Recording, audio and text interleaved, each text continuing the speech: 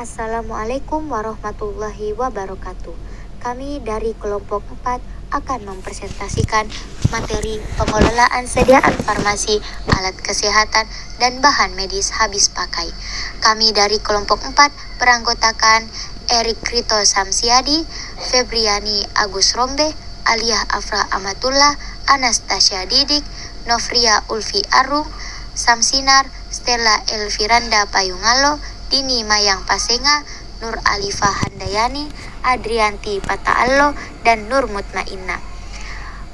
Materi pengelolaan sediaan farmasi, alat kesehatan, dan bahan medis habis pakai meliputi perencanaan dan pengadaan, penerimaan dan penyimpanan, pengendalian, perumusan dan penarikan, dan yang terakhir pencatatan dan pelaporan.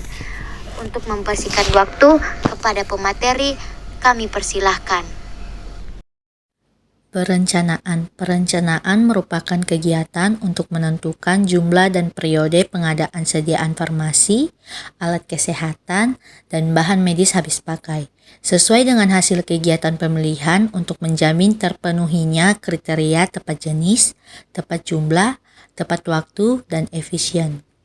Perencanaan dilakukan untuk menghindari kekosongan obat dengan menggunakan metode yang dapat dipertanggungjawabkan dan dasar-dasar perencanaan yang telah ditentukan antara lain konsumsi, epidemiologi, kombinasi, metode konsumsi dan epidemiologi, dan disesuaikan dengan anggaran yang tersedia.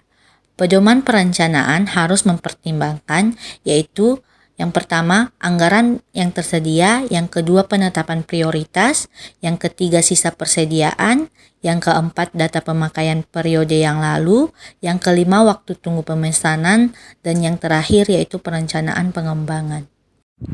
Selanjutnya ada pengadaan. Pengadaan merupakan kegiatan yang dimaksudkan untuk merealisasikan perencanaan kebutuhan. Pengadaan yang efektif harus menjamin ketersediaan, jumlah dan waktu yang tepat, dengan harga yang terjangkau dan sesuai standar mutu.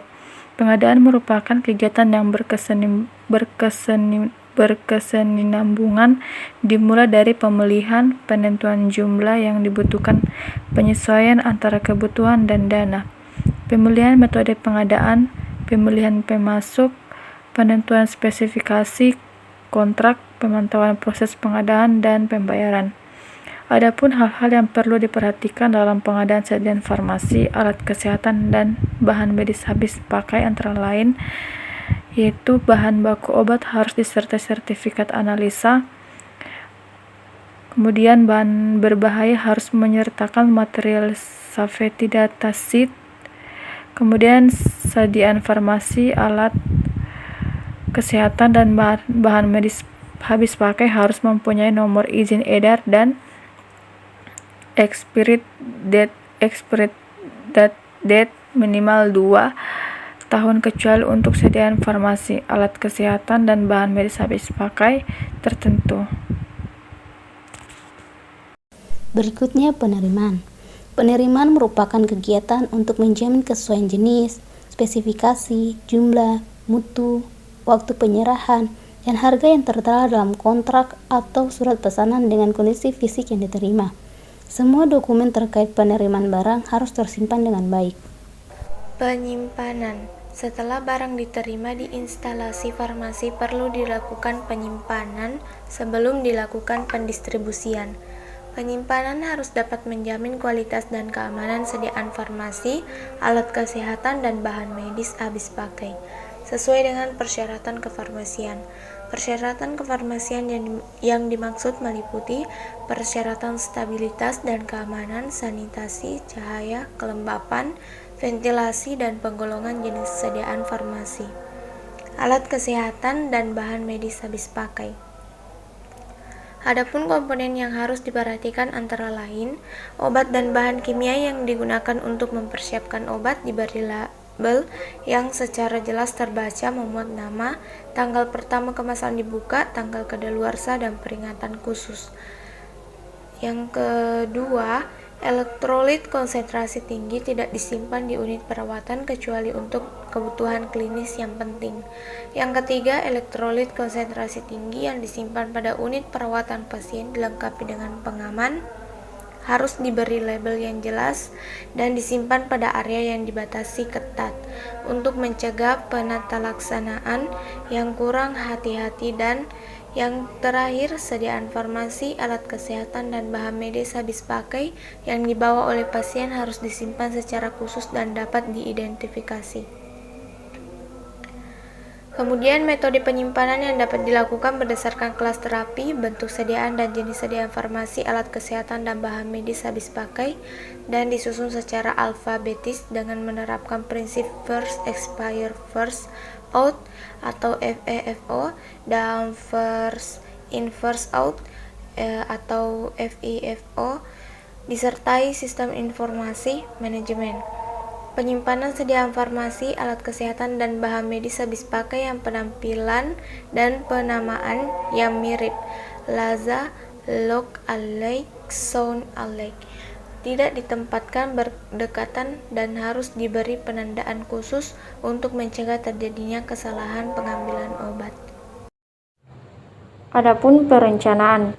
Perencanaan merupakan kegiatan untuk menentukan jumlah dan periode pengadaan sediaan farmasi, alat kesehatan, dan bahan medis habis pakai sesuai dengan hasil kegiatan pemilihan untuk menjamin terpenuhinya kriteria tepat jenis, tepat jumlah, tepat waktu, dan efisien. Perencanaan dilakukan untuk menghindari kekosongan obat dengan menggunakan metode yang dapat dipertanggungjawabkan, dan dasar-dasar perencanaan yang telah ditentukan antara lain konsumsi, epidemiologi, kombinasi metode konsumsi dan epidemiologi dan disesuaikan dengan anggaran yang tersedia. Pedoman perencanaan harus mempertimbangkan A. Anggaran yang tersedia, B. Penetapan prioritas, C. Sisa persediaan, D. Data pemakaian periode yang lalu, E. Waktu tunggu pemesanan, dan F. Rencana pengembangan. Selanjutnya ada pengendalian. Pengendalian dilakukan terhadap jenis dan jumlah persediaan dan penggunaan sediaan farmasi, alat kesehatan, dan bahan medis habis pakai. Pengendalian penggunaan sediaan farmasi, alat kesehatan, dan bahan medis habis pakai dapat dilakukan oleh instalasi farmasi harus bersama dengan tim farmasi dan terapi di rumah sakit. Baik, selanjutnya yaitu tujuan pengendalian persediaan farmasi, alat kesehatan, dan bahan medis habis pakai adalah untuk yang pertama itu penggunaan obat sesuai dengan formularium rumah sakit, yang kedua itu penggunaan obat sesuai dengan diagnosis dan terapi, yang ketiga itu memastikan persediaan efektif dan efisien atau tidak terjadi kelebihan dan kekurangan atau kekosongan, kerusakan, kadaluarsa, dan kehilangan serta pengembalian pesanan sediaan farmasi, alat kesehatan, dan bahan medis habis pakai. Terus selanjutnya yaitu cara untuk mengendalikan persediaan farmasi, alat kesehatan, dan bahan medis habis pakai adalah yang pertama itu melakukan evaluasi persediaan yang jarang digunakan atau slow moving, yang kedua itu melakukan evaluasi persediaan yang tidak digunakan dalam waktu 3 bulan berturut-turut atau dead stock, yang terakhir itu stock of name yang dilakukan secara periodik dan berkala.